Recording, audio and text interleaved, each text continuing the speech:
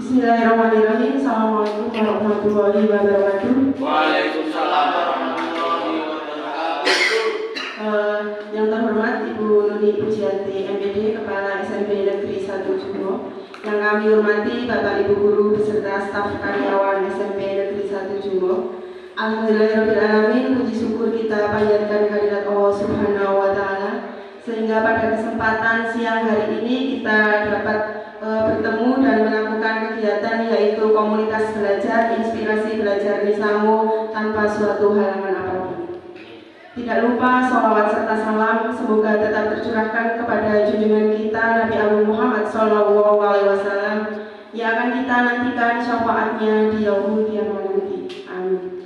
Bapak Ibu yang kami hormati, yang pertama saya mengucapkan terima kasih atas kehadiran Bapak Ibu pada kegiatan ini, dan saya diberi kesempatan untuk menyampaikan tentang penyebaran pemahaman dan juga penerapan budaya positif. Nanti ini cepat saja, tidak lebih dari 1 jam, dan nanti sebelum jam 2 insya Allah sudah selesai. Baik Bapak Ibu, pada kegiatan ini saya sudah mempelajari modul 1.4 yaitu budaya positif, yang mana pada modul tersebut penerapan budaya positif di sekolah, dan saya diminta untuk menyebarkan kepada Bapak Ibu, dan saya yakin Bapak Ibu juga sudah melakukannya. Namun di sini nanti kita belajar bersama saja, barangkali ada yang belum melaksanakan, nanti bisa bertukar pendapat ataupun bertukar pikiran. Baik Bapak Ibu, kita yang pertama yaitu masuk pada pertanyaan pemantik terlebih dahulu. Silakan nanti Bapak Ibu setuju atau tidak setuju. Yang pertama, yang pertama yaitu hukuman dapat mendisiplinkan anak. Setuju tidak setuju? Ya, ada yang setuju, ada yang tidak setuju. Yang setuju itu Bapak Ibu? Ya, setuju. Setuju, Bu Gayatri setuju, Pak Ayes tidak setuju, ya tidak setuju. Alasannya apa Bu Gayatri? Karena kalau tidak dihukum, anak tidak gini, artinya gini. Kadang-kadang anak itu harus dipaksa. Maka kita beri hukuman tidak langsung dilakukan. Kita beringatkan. Tapi kalau sudah diingatkan kok tidak, ya tetap diberi hukuman. Tetapi hukuman itu tidak ada yang yang tidak terus hukuman tapi sifatnya positif menurut Ibu, berarti setuju. Ini dari perwakilan yang setuju. Sekarang dari yang tidak setuju Pak Ayes, alasannya apa Pak Ayes? Terima kasih. Sebenarnya tidak harus hukuman, tetapi menumbuhkan motivasi anak itu bisa mendisiplinkan anak. Bahkan kadang-kadangnya kalau hukuman itu bisa mendisiplinkan anak, ada hukuman yang malah membuat anak itu malah ketakutan dan lain sebagainya itu. Tidak sama. Oh iya, jadi tidak setuju alasannya itu karena dengan hukuman itu malah bisa anak menjadi ketakutan, Pak Ayes. Baik, yang kedua, pemberian hukuman dengan hal positif seperti membaca atau membersihkan lingkungan sekolah dapat meningkatkan kedisiplinan anak. Setuju tidak setuju? Setuju. Tergantung dari kesalahannya, Ibu. Setuju. Ya, setuju atau tidak setuju? Baik, setuju ya. Ibu ini sebagian besar menjawab setuju. Berikutnya, memberi penghargaan dapat meningkatkan motivasi belajar anak. Setuju. Setuju. Ada yang sebetulnya Pak Ayes tidak setuju, ini mau atau geleng-geleng. Setuju betul Pak Ayes? Ya, Pak Ayes. kalau Tidak setuju Pak Ayes. maksud saya tidak setuju. Ya, Pak Roy tidak setuju. Alasannya apa Pak Roy? Karena kalau tiap kali anak berbuat baik dan dikasih penghargaan itu nanti akan menjadi kebiasaan. Ya, penghargaan akan menjadi kebiasaan. Jadi setiap kali berbuat baik, beri penghargaan, selanjutnya penghargaan itu nanti akan menjadi suatu kebiasaan, gitu Pak. Baik, Bu Gayatri. Menanggapi dulu, artinya menanggapi penghargaan kan tidak hanya berupa materi, kan bisa juga dengan ribet, gitu. Ya benar artinya tidak harus materi itu. Ya, tentunya bisa apresiasi mungkin pujian ya Bu ya. Ya, ada lagi yang mau berpendapat? Ya, Pak Esti monggo. Untuk di tahap-tahap awal itu untuk pemberian penghargaan itu bisa untuk motivasi awal ya. Tapi diiringi dilanjutkan dengan peningkatan kesadaran bahwa buat baik itu memang menjadi kebutuhannya sendiri. Dengan memberikan penghargaan untuk anak-anak seakan-akan berbuat baik itu untuk kepentingan orang yang memberi penghargaan. Berarti itu cukup awal-awal saja. Selanjutnya berbuat baik itu menjadi kesadaran dari pribadi anak ya Pak. Ya. Baik Pak Wibowo mau berpendapat? Oke, mengingat ke salah satu kebutuhan manusia, kebutuhan dasar manusia adalah salah satunya kebutuhan untuk dihargai. Nah di situ menurut saya bahkan di situ pemberian penghargaan itu dapat meningkatkan motivasi belajar anak. Bagi saya itu malah suatu kewajiban, gitu. Harus malahan, gitu. Menurut Pak Wibowo harus ya. Silakan boleh berpendapat karena di sini pilihannya adalah setuju tidak setuju. Nanti kita akan bahas lebih lanjut. Baik, karena ini pesertanya sudah bertambah, biar lebih semangat kita akan speaking terlebih dahulu. Untuk berdiri, silakan mencari pasangan dua-dua.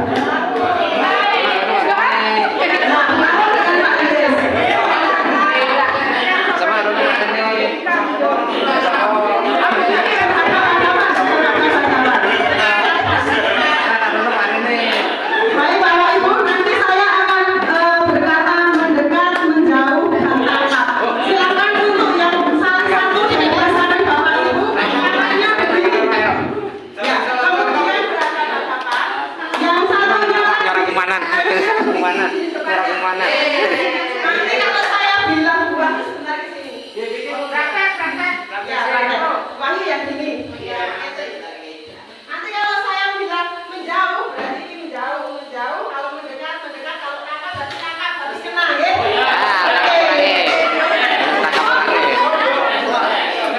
Satu, dua, tiga. Mendekat.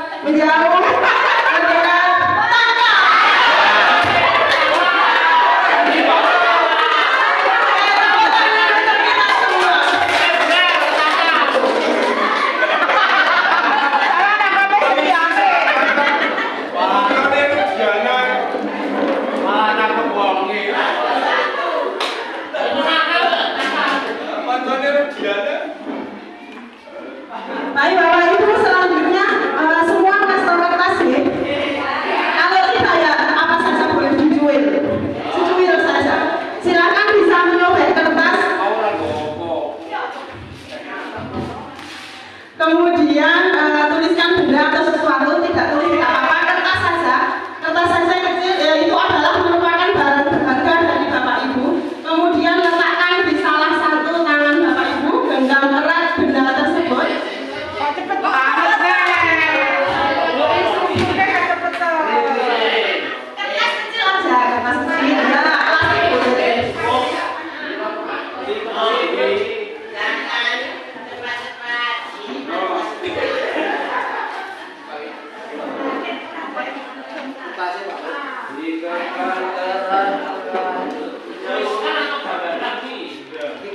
piye kertasnya kok Benda apa? Ora Ya, kayak boleh kertas, boleh plastik, boleh sobekan. Ya. apa sih bacanya? Tidak tulis nggak apa-apa, yang penting digulung-gulung ada kertas. Sudah Bapak Ibu? Sudah belum? Kalau sudah, kita kembali berpasangan lagi. Pasangannya mau yang tadi atau mau pindah? Oh, yang tadi. Kalih men mboten anu. Tulis boleh nggak apa-apa. Yang penting ada kertas ya. Silakan berpasangan. Ayo, Bingit. Ya, pasangannya sama-sama bawa kertas, silakan salah satu diletakkan, yang pegang satu saja.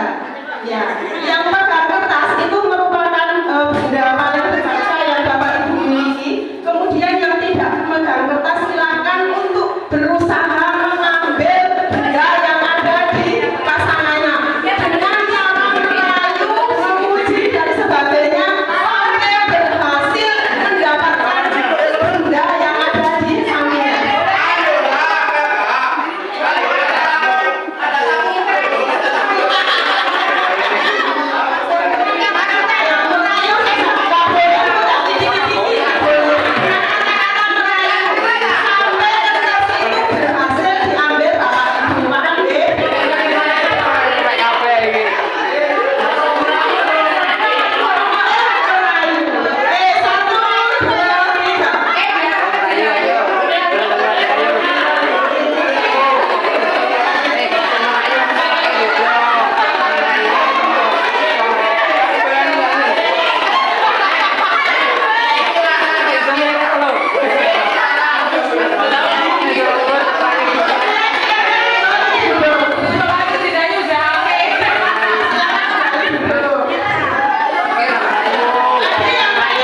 Ya, saya lihat yang paling pertama tadi Pak Ayes memberikan benda yang paling berharga kepada Bu Arum. Alasannya apa Pak Ayes?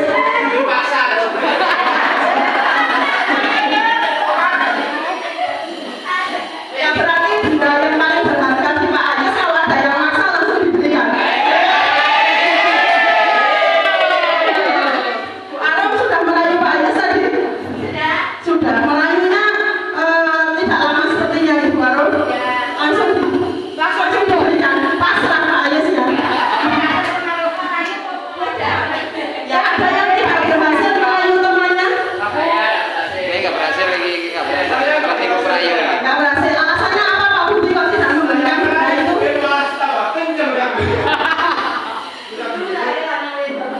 Ya, alasannya apa kok tidak diberikan? Ya, karena itu merupakan benda berharga jadi tidak mau memberikan. Ayo teknik mau tahu-tahu. Kita lanjut.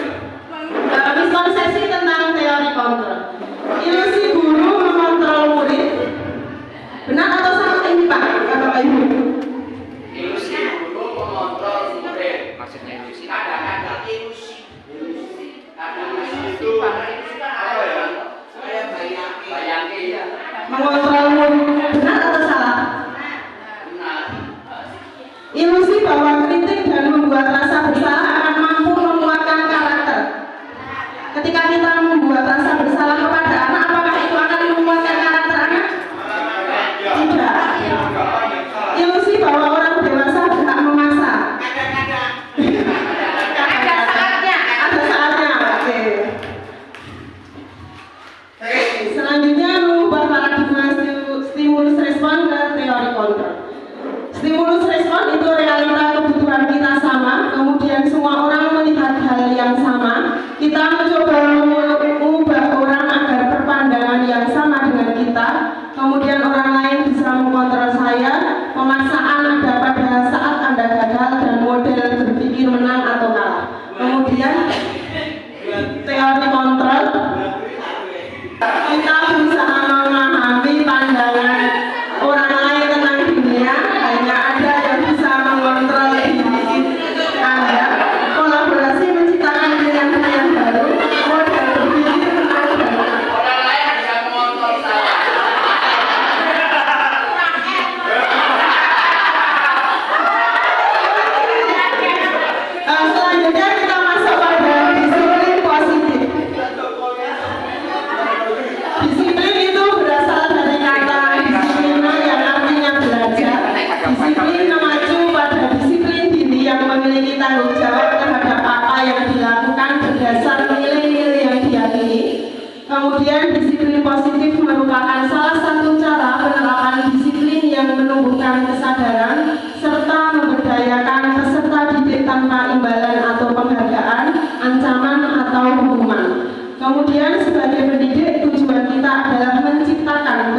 didik yang mempunyai disiplin diri, sehingga mereka berperilaku mengacu pada nilai-nilai kebajikan universal dan memiliki motivasi intrinsik di dalam perubahan perilaku ke arah yang lebih baik.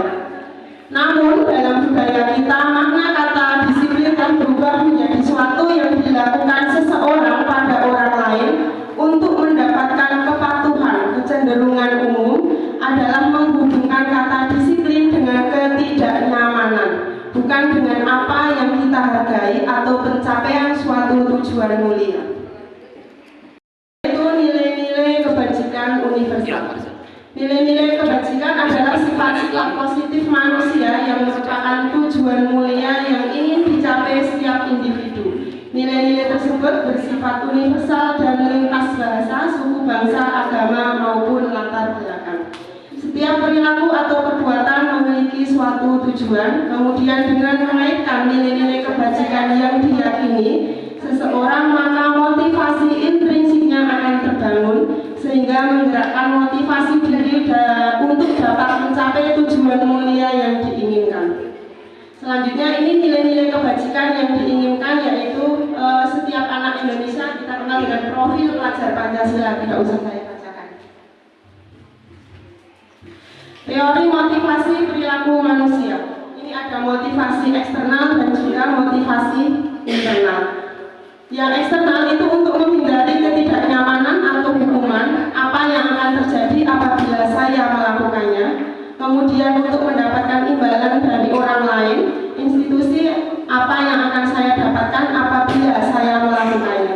Kemudian yang motivasi internal itu untuk menghargai diri sendiri. Saya akan menjadi orang yang seperti apa bila saya melakukannya. Nah, ini disiplin positif dan hukuman. Tadi pada pertanyaan pemantik kita sudah menjawab setuju atau tidak setuju itu nih. Disiplin positif mengajarkan anak bagaimana harus bertindak. Disiplin positif tidak harus selalu berhubungan dengan kenakalan anak, karena suatu kesalahan tidak selalu merupakan kenakalan. Disiplin positif membantu anak merasa nyaman dengan dirinya sendiri, sedangkan hukuman hanya memberitahu anak bahwa dia melakukan hal yang buruk. Hukuman tidak memberitahu anak apa yang harus dia lakukan sebagai alternatif. Contohnya, ketika ada siswa yang ngobrol dengan siswa lain saat guru sedang memberikan pelajaran, ada dua reaksi yang mungkin muncul. Yang pertama, guru menghadapnya, menyuruhnya keluar untuk berdiri di depan kelas. Kemudian yang kedua, guru mendekati dia dengan pelan diberitahukan bahwa aktivitas dia mengganggu teman lain. Siswa tersebut diberitahu bahwa nanti ada kesempatan bagi dia berdiskusi dengan temannya, dan nanti ada juga waktu untuk ngobrol ketika istirahat. Bila dia tetap ngobrol juga di saat guru menjelaskan materi, guru dapat memindahkan tempat duduknya. Dan saya yakin Bapak Ibu guru melakukan yang kedua nih, tidak yang pertama nih. Atau yang pertama, boten nih. Oh, kadang-kadang pertama. Kadang-kadang pertama, kadang-kadang juga yang kedua. Disiplin positif dan hukuman. Hukuman dapat mendatangkan tanggapan negatif, sedangkan disiplin positif dapat membawa perubahan positif. Arti hukuman sederhana ini adalah tindakan atau hukuman yang dikenakan pada siswa karena berperilaku buruk atau melanggar peraturan.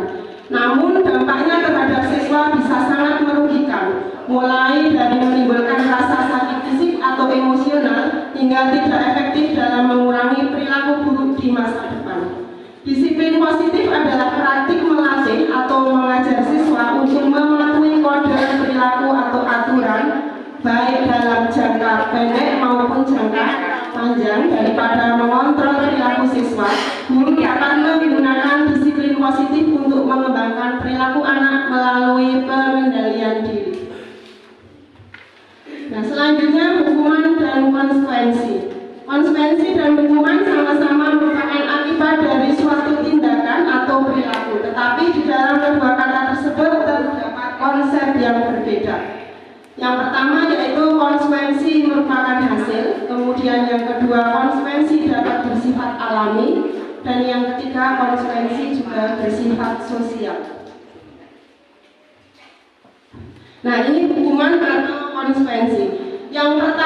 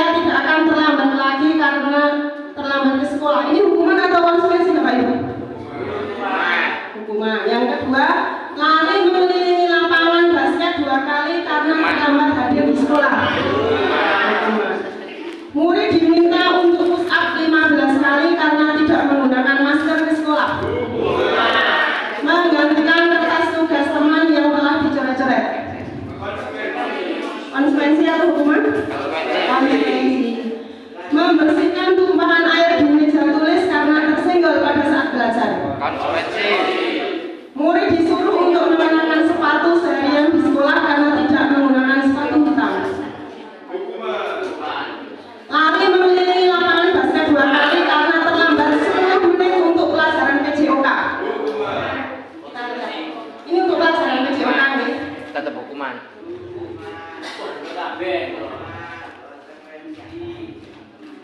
Ya, yang terakhir bukan hukuman tetapi konsekuensi, karena ini ketika pembelajaran olahraga. Kecuali kalau pembelajaran di kelas kemudian suruh lari lapangan, itu baru hukuman. Nah, selanjutnya kebutuhan dasar manusia itu ada 5. Yang pertama yaitu kebutuhan untuk bertahan hidup, cinta dan kasih sayang, kebebasan, kesenangan dan kekuasaan. Selanjutnya ini yang biasa kita terapkan dalam keseharian kita, ini 5 posisi kontrol. Sebagai penghukum, membuat orang merasa bersalah, teman, pemantau atau manajer. Biasanya Bapak Ibu berada di posisi mana di antara kelima posisi kontrol ini? Ketika ada siswa Bapak Ibu yang mengalami kesalahan, biasanya berada di posisi mana?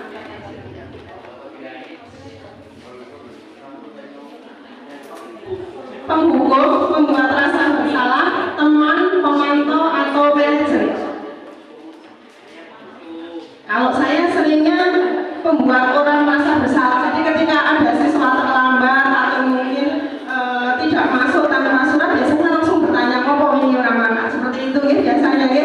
Jadi masih sering membuat seseorang itu merasa bersalah. Padahal kita di dalam posisi kontrol ini harus menerapkan sebagai apa Bapak Ibu? Ya, yang paling bagus yaitu sebagai manajer. Tetapi dalam keseharian lebih cenderung menerapkan mungkin masih sebagai penghukum atau pembuat orang merasa bersalah, Bapak Ibu. Tapi sebenarnya yang paling benar adalah kita sebagai manajer. Nah, nanti bagaimana seorang manajer itu dalam menangani suatu permasalahan? Nah, kita akan mempelajari segitiga restitusi. Ada 3 langkah dalam segitiga restitusi. Yang pertama yaitu menstabilkan identitas, kemudian yang kedua validasi tindakan yang salah, dan yang ketiga menanyakan keyakinan. Jadi ketika ada siswa kita yang bersalah, tentunya nanti kita akan menanyakan keyakinan apa yang sudah disepakati. Karena Bapak Ibu sudah membuat keyakinan bersama-sama dengan siswa di dalam kelas. Jadi itu nanti yang akan menjadi pertanyaan-pertanyaan ketika ada siswa yang melakukan kesalahan. Nah, langkah-langkahnya menstabilkan identitas itu untuk membuat anak yang merasa gagal karena membuat salah menjadi positif dalam gurunya. Ada beberapa pertanyaan yang dapat dilontarkan oleh guru dalam menstabilkan identitas. Yang pertama, berbuat salah itu hal yang manusiawi, tidak ada manusia yang sempurna. Bapak Ibu juga pernah berbuat salah. Kita pasti bisa menyelesaikan permasalahan ini. Bapak Ibu tidak tertarik untuk mencari tahu siapa yang benar, siapa yang salah. Bapak Ibu lebih tertarik untuk menyelesaikan masalah. Kemudian kalau kamu menyalahkan diri kamu sendiri terus-menerus, apakah kamu bersikap baik pada diri sendiri? Ini merupakan pertanyaan-pertanyaan yang bisa digunakan pada tahap menstabilkan identitas, yaitu tahap pertama. Kemudian tahap yang kedua yaitu validasi tindakan yang salah, membantu murid untuk mengenali kebutuhan dasar yang ingin dipenuhi ketika melakukan kesalahan. Guru dapat berkata, kamu bisa saja melakukan hal yang lebih buruk, tetapi kamu tidak melakukannya kan? Kamu pasti punya alasan mengapa melakukannya. Kemudian apa yang penting bagi kamu? Kamu boleh tetap berusaha menjaga sikap itu, tetapi tambahkan sikap yang lain yang baru. Kemudian selanjutnya, maukah kamu belajar cara lain untuk mendapatkan yang kamu butuhkan tanpa harus memukul? Apakah kamu bisa melakukan dengan lebih baik besok lagi? Kemudian tahap yang terakhir yaitu menanyakan keyakinan. Anak melihat kesalahannya dihubungkan dengan norma sosial dan nilai-nilai yang mendasari manusia berinteraksi dengan orang lain. Ini kata-kata yang dapat digunakan. Apa nilai yang kita percaya di kelas atau sekolah kita? Kelas yang ideal itu seperti apa? Kamu ingin jadi anak seperti apa? Apa yang kamu rasakan ketika kamu melakukan itu? Kamu menjadi orang yang seperti apa? Nah, jadi ketika Bapak Ibu mendapati siswa yang terkena masalah, silakan Bapak Ibu bisa menerapkan dengan segitiga restitusi, yang mana pada tahap-tahap tersebut ada beberapa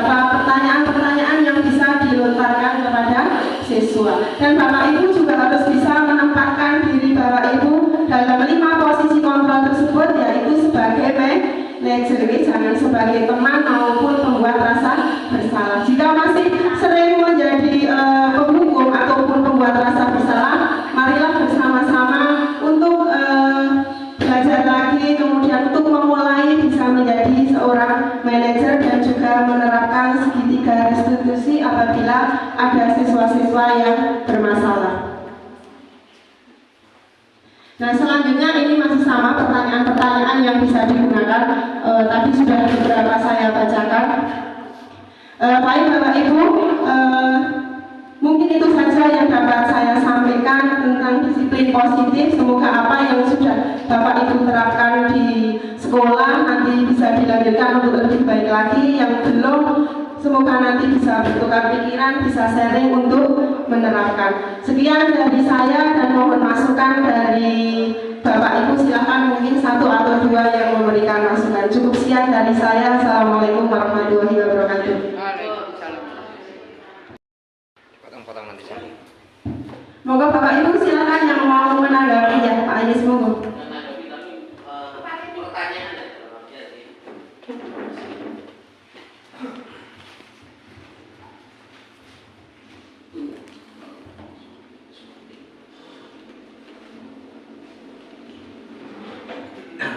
Terima kasih. Untuk yang pertama, saya mengucapkan terima kasih yang sebanyak-banyak kepada Bu Adwi yang sudah memberikan pencerahan bagi kami dalam siang hari ini tentang disiplin positif. Terus yang kedua ini mengenai yang saya tanyakan itu mengenai tren yang sekarang ini ya. Anak-anak sekarang ini kan tadi yang bawa motor begitu banyaknya. Terus kadang-kadang kami pengen mengendaki anak itu gimana biar tidak membawa motor tapi biar tidak mengatakan hukuman. Nah, kalau dari segi disiplin positif menemukan kasus seperti ini, langkahnya yang paling baik itu bagaimana? Anak sudah berkali-kali bawa motor, dibilangi bawa motor. Ayo nah disiplin positif terus itu ternyata anak belum sampai sadar. Apakah nanti ada triknya atau bagaimana? Saya kira itu yang saya tanyakan sudah menjadi, bahkan aku bisa diberikan masukan kepada Ibu Bapak semua bahwa ini merupakan bersama kasus bersama yang inginnya adalah anak membentuk kesadaran anak sendiri dalam melangkah ke depannya gitu. Terima kasih.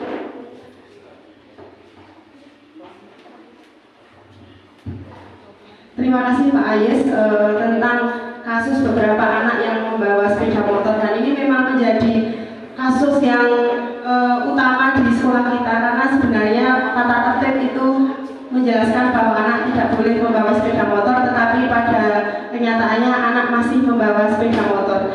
Dan selama ini ketika kita menerapkan disiplin positif, kita membuat keyakinan kepada anak-anak itu kita masih cenderung menerapkan pada kelas kecil, yaitu pada kelas masing-masing. Jadi kita memang sudah mengajak anak keyakinan anak itu bagaimana, kemudian kita buat keyakinan kelas, tetapi kita belum membuat secara umum di dalam satu sekolah ini. Wali kelas sudah mencoba membuat, tetapi kalau di kelas itu kan belum sampai ke sepeda motor mungkin Pak. Nah mungkin ini untuk kasus seperti ini bagaimana ketika anak-anak membawa sepeda motor itu nanti solusinya bagaimana untuk menyadarkan anak. Mungkin ini kita bersama-sama anak dalam kelas 7, 8, dan 9 kita kumpulkan, kemudian kita bersama-sama, kalau ini berarti membuat keyakinan sekolah, bukan lagi membuat keyakinan kelas. Jadi ketika anak-anak sudah membuat keyakinan sekolah bagaimana yang harus mereka lakukan, maka kita sepakati bersama. Kalau memang itu kesepakatannya tidak boleh membawa sepeda motor, berarti anak juga harus sadar betul, karena ketika membuat keyakinan itu adalah anak sudah bersedia. Jadi ya bagaimanapun anak harus sadar, karena dia yang membuat, maka dia juga yang harus melaksanakan. Nah ini yang belum kita coba untuk bersama-sama, dan kita juga mungkin belum mendengarkan kata-kata ataupun mendengarkan pendapat anak-anak, pengennya seperti apa anak-anak tersebut. Nah ini pendapat-pendapat anak-anak tersebut mungkin bisa dijadikan acuan dalam membuat keyakinan sekolah. Kalau untuk menangani kasusnya menerapkan segitiga restitusi, saya yakin dari guru BK ataupun Bapak Ibu wali kelas sudah sangat paham bagaimana menerapkannya. Kalau ini nanti mungkin nggak bisa 1 atau 2 orang yang Pak, harus butuh bersama sama. Seperti kemarin ketika saya membuat visi dan prakarsa perubahan tentang peduli lingkungan, itu juga nggak bisa dilakukan 1 atau 2 orang. Ini harus dilakukan secara bersama-sama. Sama halnya dengan ketika membuat keyakinan sekolah. Jadi semua siswa memang harus paham betul dan sadar betul dengan apa yang mereka lakukan. Kalau salah berarti ya tidak boleh dilakukan. Nah, memang sangat sulit untuk membuat kesadaran siswa tersebut. Mungkin itu saja jawaban dari saya. Silakan Bapak Ibu yang lain, ada yang mau menanggapi? Mohon Pak ya.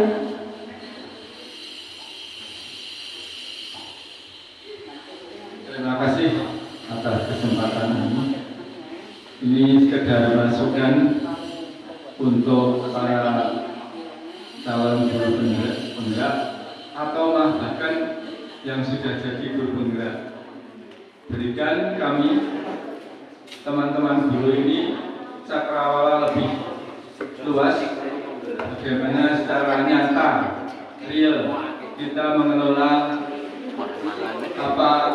dan mengelola untuk menerapkan disiplin positif ini.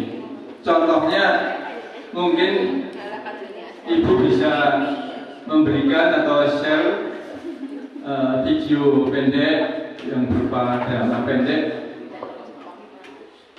yang menggambarkan penerapan disiplin positif di dalam kelas terutama. Misalnya kalau ada anak yang ngobrol saja ketika pembelajaran terjadi tidak sesuai dengan skenario-nya, mereka ngobrol sendiri, bagaimana real atau bukti atau panduan nyata proses penanganannya yang berupa fragmen sederhana ya, prakteknya. Terima kasih.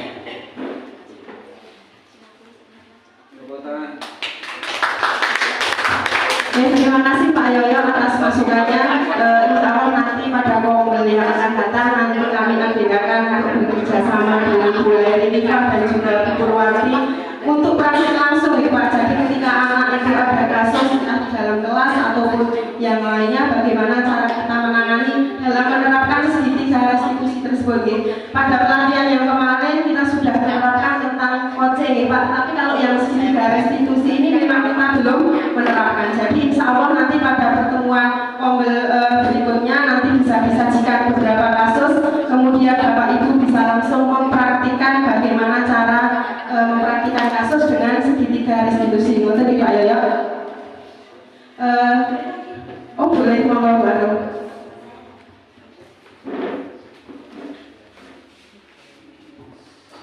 Terima kasih atas waktu yang diberikan kepada saya. Assalamualaikum warahmatullahi wabarakatuh. Saya tertarik dengan tadi keyakinan kelas menjadi keyakinan sekolah. Nah, yang pertama pertanyaan saya, apakah ini hanya berlaku untuk siswa saja? Karena mungkin alangkah baiknya keyakinan sekolah ini juga diterapkan pada warga sekolah, bapak, ibu guru, atau seluruh warga sekolah dan karyawan juga. Karena mengingat bapak, ibu guru dan karyawan itu adalah bisa menjadi contoh. Ini juga kaitannya dengan karakter. Ya, jadi sebelum keyakinan kelas itu diterapkan untuk siswa-siswa kita, alangkah baiknya jika diterapkan dulu ke keyakinan sekolah untuk bapak, ibu guru dan karyawan atau warga sekolah. Begitu. Mungkin ini masukan atau ada saran dilaksanakan bisa. Kalau tidak ya enggak apa-apa, saya hanya menyarankan saja. Tapi bisa ada kok. Iya autis. Nang pojokan Tidak. Tapi kan belum nulis DP. Masa kan nulis DP dulu. Oh, penjaringannya. Sudah.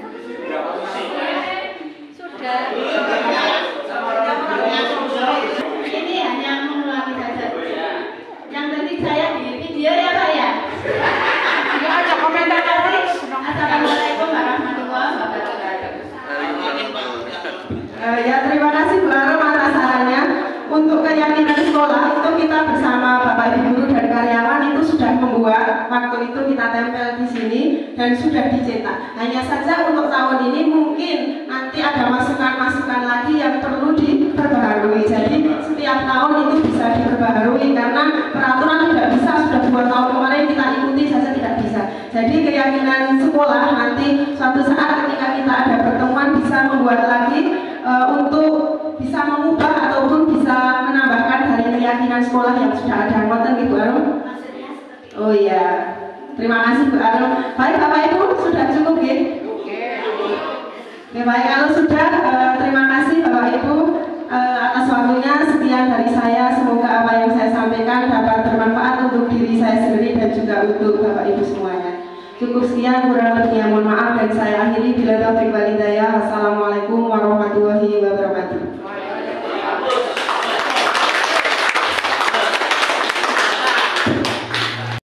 Hampir jam 2. Rencana saya akan berikan terkait dengan Gemini AI, tetapi karena waktunya sudah habis, ya, Ibu, minggu depan saja nanti akan saya isi. Kemudian terkait dengan keyakinan sekolah, beberapa waktu yang lalu sudah disepakati dan yang memimpin yang tak salah Bu Lairi ya, waktu itu dan sudah dicetak. Nah, mohon dicermati. Kalau perlu dirubah tidak masalah Bapak Ibu karena ada beberapa hal mungkin yang mau ditambahkan atau sudah tidak sesuai. Demikian Bapak Ibu untuk hari ini. Terima kasih sekali kita belajar tentang dengan segitiga restitusi ya Bapak Ibu. Restitusi.